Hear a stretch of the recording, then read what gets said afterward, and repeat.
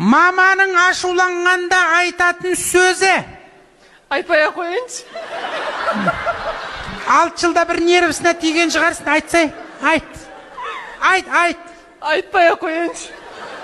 Мынау, не, қандай сөз құлағым айтшы хотя бы. Микрофон мына жақта. Неге? Болмайды айтуға. Так, сенші. Білмеймін. Ашуланбады әлі. Сон Құдай көрсетпесін саған. Сен айтпайсың ба? Айтпайым. Бауыржан! Неше жыл болды үйленгеніңе Қарлығашқа? 30-дан асып кетті, 35 жыл примерно.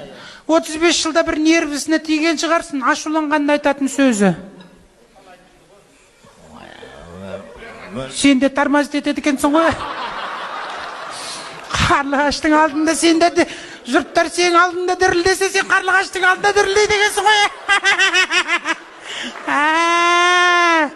Ошын пациенттер түсініп аңдар. Кім-кімнің алдында мандыраш ұстайтын. Айтсай, қандай сөз айтады ашуланғанда? Жоқ, маған ғой ашыламайды ғой, балаларына ёптывайма дейді.